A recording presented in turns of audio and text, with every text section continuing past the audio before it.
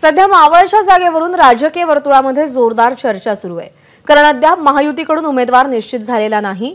मात्र सध्याचे विद्यमान खासदार श्रीरंग बारणे यांनी आपणच महायुतीचा उमेदवार असल्याचं म्हटलंय। पण कमळावर लढणार की धनुष्यबाणावर यावरही त्यांनी आपण महायुतीचा उमेदवार असेल असं म्हणत संदिग्धता कायम ठेवली आहे। पाहूयात श्रीरंग बारणे नेमकं काय म्हणाले। लोकसभा मतदारसंघातील महायुतीचा उमेदवार श्रीरंग बारणे असेल।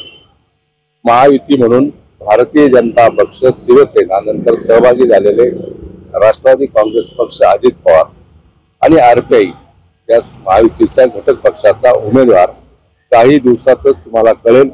या मावळ लोकसभा मतदारसंघातून महायुतीचा उमेदवार श्रीरंग बारणेच असेल। तुम्हाला भाजपच्या चिन्हावर निवडणूक लढावी लागली तर तुमची तयारी आहे का? त्या संदर्भात मध्ये आता कुठल्याही प्रकारचं वक्तव्य करणं उचित ठरणार नाही। श्रीरंग बारणे हे महायुतीचे उमेदवार असतील हे तुम्हाला ठामपणे सांगतो। एबीपी माझा, उघडा डोळे बघा नीट।